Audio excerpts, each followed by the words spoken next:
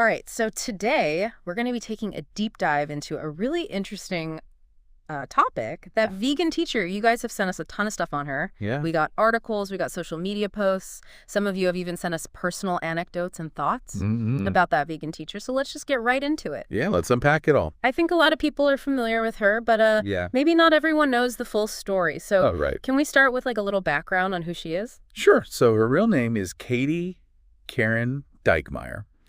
And she's kind of had like a really interesting path to becoming this like internet vegan activist figure. Yeah. She was actually a teacher and a nurse. Oh, wow. Before she became that vegan teacher. Interesting. Yeah. So, she's definitely a very polarizing figure. Some people love her. Some people really don't. Yeah, you see very strong reactions online. I think that's what makes this deep dive so interesting. It's just like, why is she so controversial? Why does she evoke such strong feelings in people? Right. And I think at the core of it, it really is about her approach to vegan activism. Yeah.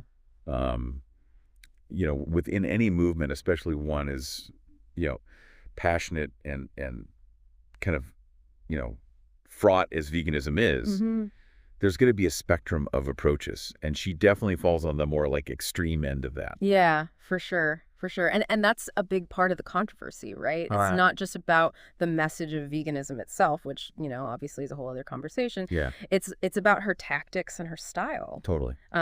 She's kind of become known for this very like in your face. Yeah. Very aggressive style. Yeah. Those catchy phrases like eating animals is wrong. McDonald's. Right, exactly. And that's what makes her stand out so much. Yeah.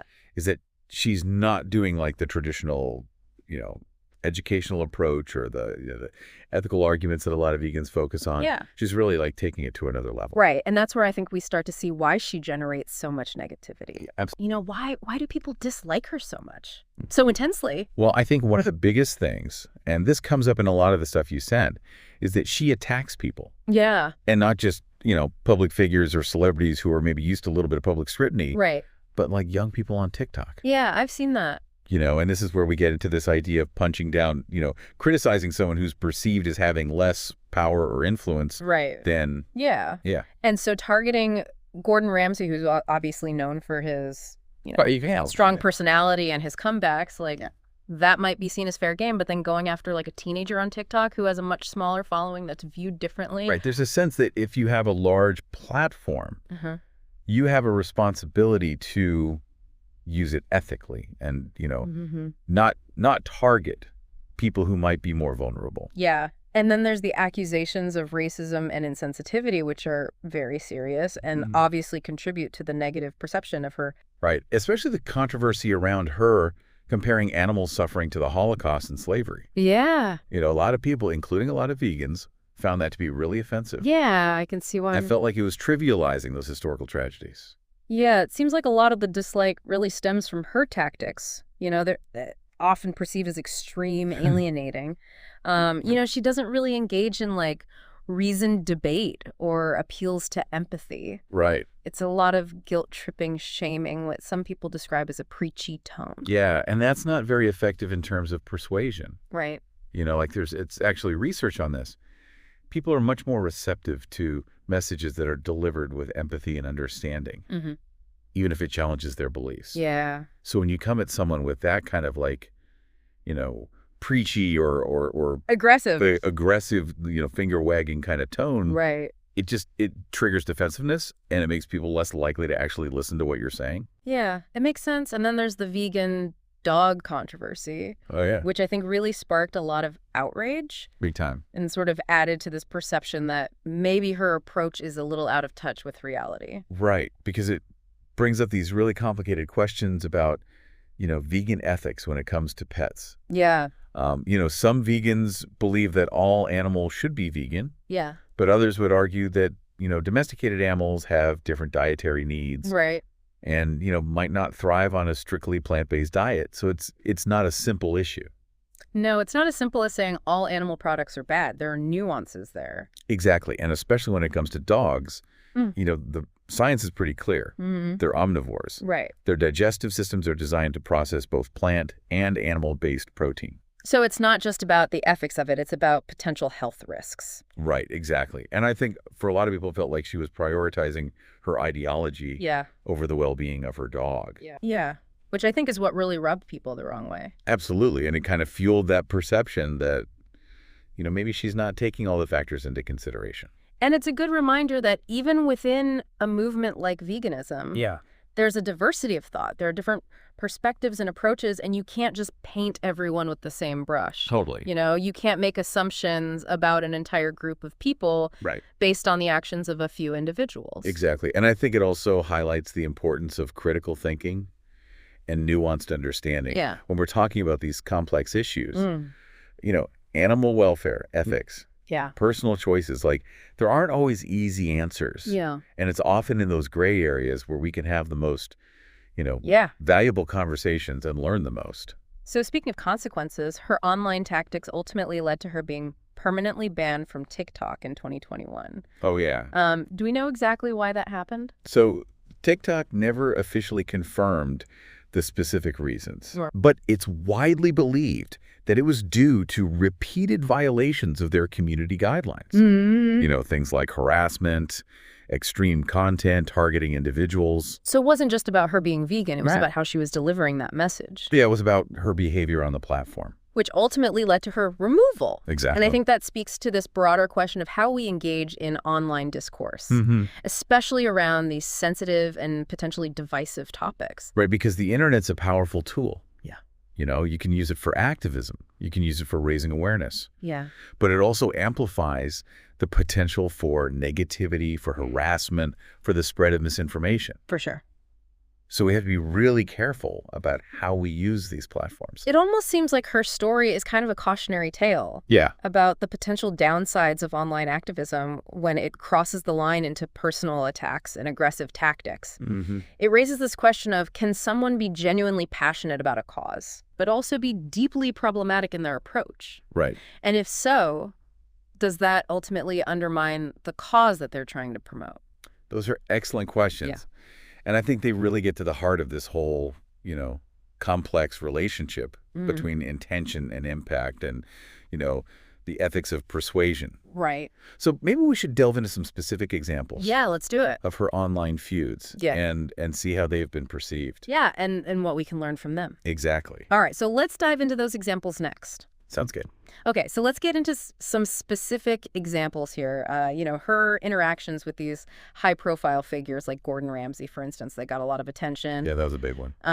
What was it about that back and forth that really caught people's attention? Well, I think it was just like this classic example of how online these clashes can escalate so quickly. Yeah.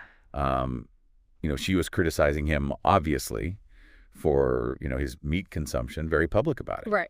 And his response was very much like classic Gordon Ramsay. Yeah, he kind of turned it into this whole performance, like theatrically eating a burger in a TikTok video. Right. And, calling her a vegan donut, like very much playing into that persona. Yeah, that tell it like it is kind of thing. Exactly. And it's interesting because on one hand, you could say, well, he's just, a celebrity chef. He's playing to his audience. He's using humor to deflect criticism. Right. But it also kind of highlights the power dynamics at play.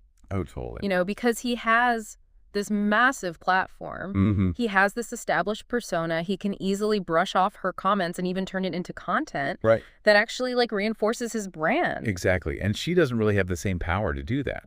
Right. And so it makes me wonder, was that exchange actually helpful at all in promoting a dialogue about veganism, or does it just become another example of online noise? It's hard to say. On the one hand, it definitely brought more attention to the topic. Right. Even if it was in a kind of sensationalized way. Yeah. Maybe some people were exposed to the idea of veganism for the first time. Maybe it made some people think a little more critically about their own dietary choices. Right. But on the other hand, it also reinforced a lot of those negative stereotypes about vegans. Right. That they're preachy, that they're judgmental. Yeah. So it could have actually pushed away people who are on the fence about the issue. Yeah, I think that's a really important point. And it's something that we got some feedback on from our last deep dive. Oh, really? Some people felt like we didn't really explore the psychological impact of those stereotypes enough. That's interesting, yeah. And so I think it's worth bringing up here because there's this concept of stereotype threat, Oh, yeah, I've heard of that. which basically means that when people are aware of negative stereotypes about their group, Yeah. it can actually affect their performance and their behavior and lead them to unintentionally confirm those stereotypes. So in the context of veganism, if someone is constantly bombarded with this image of like the angry vegan, Yeah. the judgmental vegan, it might actually make them less likely to identify as vegan That makes sense. or explore the lifestyle, Yeah. even if they agree with the ethical or environmental concerns. So it's like a self-fulfilling prophecy almost. Right. And so it's possible that vegan teachers' approach, even if it's unintentional, Mm-hmm. is actually reinforcing those very stereotypes that make it harder to spread the message of veganism. Exactly. It's like this weird catch-22 Yeah. where, the intention might be to raise awareness and promote veganism, Mm-hmm. but the method being used is actually having the opposite effect. Right. It's making people more resistant to the message Yeah. because it's confirming their biases. Yeah. It's almost like shooting yourself in the foot. Right, exactly. So Ramsey was one high-profile target. She's also been critical of Mr. Beast. Oh, yeah, the YouTuber. Yeah, who does those huge philanthropic videos giving away tons of money and food and stuff. Right, and she was criticizing the type of food that he gives away, Mm-hmm. saying it should be vegan. Which some people might say is a valid point. Yeah. Like, Yeah. if you're going to promote generosity, why not promote a more ethical and sustainable form of eating? Right. But others might argue that by dictating the type of food you're giving away, you're taking away choice Mm-hmm. and potentially creating more barriers to helping people. That's true, too. So it's a complex issue. I don't think there's an easy answer there. No, not at all. It's about how we balance our own personal beliefs with the needs and preferences of others. And also recognizing that good intentions don't always equal positive outcomes. Right. Her critique of Mr. Beast might have come from a good place, Yeah. but it could have alienated some viewers who see his videos as a positive force in the world. Yeah. And then there's her criticism of Darman, Oh, yeah. another YouTuber who does those kind of inspirational videos. And life lesson kind of things. Yeah. And that one seemed to come out of left field for a lot of people. It did, because Darman's content is generally pretty apolitical. Mm. It's about personal growth and life lessons. Right. So when she called him out for not promoting veganism, Yeah. it just seemed kind of off topic. Like, why is she going after him? Right, exactly. He's Yeah. not really in that realm. And it raised this question of, can someone be considered good or ethical if they don't actively advocate for every cause that we believe in? Yeah, like, do we need to hold everyone to the same standard? Right. Or is there room for, individual focus and priorities? Yeah, I think that's a really important question. It is. And it gets to the heart of what it means to live an ethical life in a complex world. We can't expect everyone to be equally passionate about every single issue. Yeah. And we have to recognize that people contribute to society in different ways. Right, so maybe it's less about judging individuals for what they don't do Yeah. and more about appreciating the diverse ways in which people choose to make a positive impact. Exactly. And this brings us back to the core question of our deep dive. Mm-hmm. Has that vegan teacher's approach ultimately helped or hurt the vegan movement? Yeah, the million-dollar question. Right, and there's no easy answer. No, it seems like a real mixed bag. On one hand, you could say she's brought attention to veganism. Yeah. She sparked conversations, even if they haven't always been positive. Right. There's that saying, any publicity is good publicity. Mm-hmm. So maybe just getting people talking about it is a win in itself. Yeah, I mean, her videos have been viewed millions of times. Yeah. So she's definitely put veganism on the radar of people who maybe wouldn't have considered it otherwise. Right. But the question is, does that attention translate into actual meaningful change? Yeah. And that's where the other side of the argument comes in, right? Exactly. Because her tactics have also generated a lot of backlash. Yeah, for sure. And they've reinforced these negative stereotypes about vegans. Mhm. So you could argue that she's actually pushing away more people than she's attracting. It's possible, yeah. It's like she's created this vegan paradox where her passion and her dedication are actually hindering the cause that she's trying to promote. Yeah, it really highlights that delicate balance Yeah. that all activists have to navigate. How to be passionate and persuasive without being alienating or polarizing. Right. It's about finding that sweet spot where you can connect with people. Yeah. on a human level, Mm-hmm. even when you're discussing something that's sensitive or controversial. Yeah, exactly. And I think it's important to remember that there's not just one way to be a vegan activist. Right. There's a whole spectrum of approaches within the movement. Yeah, and you actually sent over some examples of other vegan influencers Oh, right. who are using very different tactics. Yeah. You know, they focus on reasoned arguments, Mhm. scientific data, ethical discussions, personal stories. Sharing recipes. Yeah, and it just shows that you can advocate for veganism Yeah. without resorting to shouting matches or online feuds. Right. It's not about veganism itself being the problem. Mm. It's about the methods that are being used. The methods of communication. Exactly. So we've talked a lot about the downsides, but have there been any, like, positive aspects of her style or things that have actually been effective? Yeah, that's a good point. I mean, Yeah. while her tactics have definitely been criticized a lot, you can't deny that she has brought a lot of attention to the issue of animal welfare. Yeah. And, for some people, her, very strong stance and bold statements might have actually been the thing that made them start questioning their own choices. Right. So even if her methods are seen as problematic, she might have inadvertently been like a gateway for people into the vegan world. Exactly. And, there's no one-size-fits-all approach to activism, Mm-hmm. right? What might be off-putting to one person might really resonate with someone else. It's true. And it makes me think about how, like, throughout history, social movements have often had these figures who are seen as more like radical or controversial, Yeah. but they still play a role in, like, pushing the boundaries and getting attention for the cause. Right. It's not always the most polished or palatable voices that end up creating change. Yeah, that's a good point. And it reminds us that social change is rarely like a linear or comfortable process. Yeah, for sure. It often requires, some discomfort, some disruption challenging the status quo. Absolutely. And so while that vegan teacher's approach might not be the most effective in the long run, Yeah. her willingness to be so outspoken and uncompromising, even if it means losing popularity, it has definitely made people think differently about, the way animals are treated. For sure. And I think it's interesting to think about how the digital age has really changed the game when it comes to activism. Oh, yeah. Because now with social media, anyone can potentially become like a global influencer. Right. And that's both exciting and a little bit scary. Yeah, it's a double-edged sword.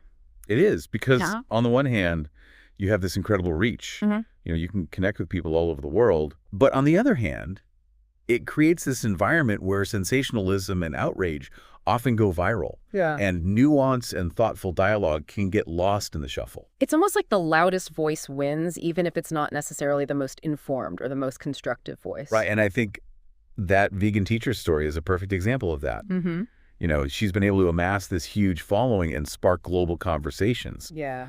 But her approach has also generated a ton of backlash and really contributed to the polarization of this whole debate around veganism. Right. It's complicated. There's no easy answers. It is. And it reminds us that even with the best intentions, the way we communicate and the platforms we use can really shape how our message is received. For sure. So as we kind of wrap up this deep dive into that vegan teacher, Yeah. what are some of the key takeaways here? What can we learn from her story, both the good and the bad, about effective communication, about online activism, about the challenges of promoting social change? Well, I think one of the biggest takeaways for me is just the power of language and tone. Mm-hmm. How we say something can be just as important as what we're actually saying. Right. And, her aggressive and confrontational style has really turned a lot of people off. Yeah, even people who might agree with her on the issue itself. Exactly. And so I think it's a reminder that, empathy, respect, a willingness to listen, Mm-hmm. those are crucial elements of effective communication.